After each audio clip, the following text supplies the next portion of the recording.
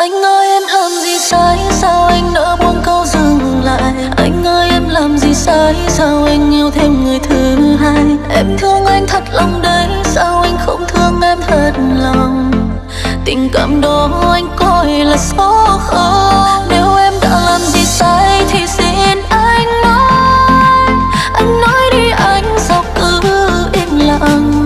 Tình cảm bao lâu nay hóa thành tro tàn, đến đâu này em gánh hạnh phúc còn lại đường anh.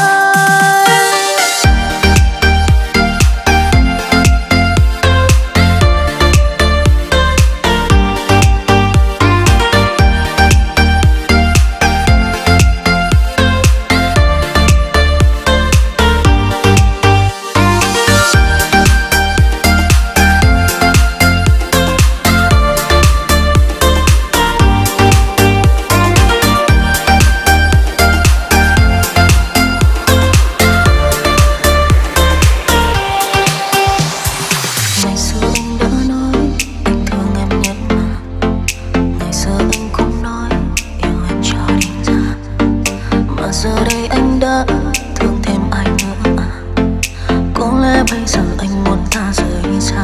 Em cũng đã từng nghĩ rằng anh coi em là tất cả, nhưng sao hôm nay em mới nhận ra là anh đã có thêm một người thứ hai. Và anh buông lời nói chúng ta nên dừng lại.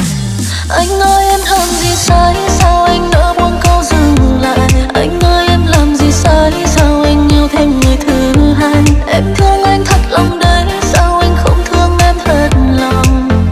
Tình cảm đó anh coi là số không. Nếu em đã làm gì sai thì xin anh nói đi anh sao cứ im lặng? Tình cảm bao lâu nay hóa thành tro tàn, đến đâu này em gánh hạnh phúc còn lại đường anh.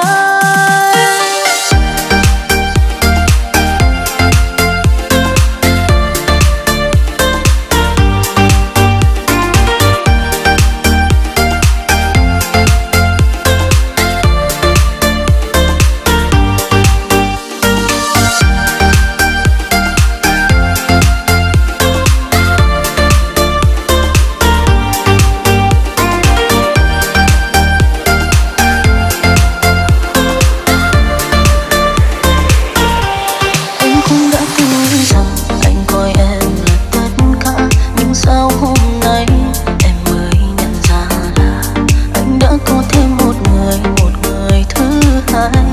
Và anh buông lời nói chúng ta nên dừng lại. Anh ơi em làm gì sai, sao anh nỡ buông câu dừng lại? Anh ơi em làm gì sai, sao anh yêu thêm người thứ hai? Em thương anh thật lòng đấy, sao anh không thương em thật lòng? Tình cảm đó anh coi là số không. Nếu em đã làm gì sai thì xin anh nói đi anh sao cứ im lặng? Tình cảm bao lâu nay hóa thành tro tàn, đến đâu này em gánh hạnh phúc còn lại đường anh. Anh ơi em làm gì sai, sao anh đã buông câu dừng lại? Anh ơi em làm gì sai, sao anh yêu thêm người thứ hai? Em thương anh thật lòng đấy, sao anh không thương em thật lòng? Tình cảm đó anh coi là số không. Nếu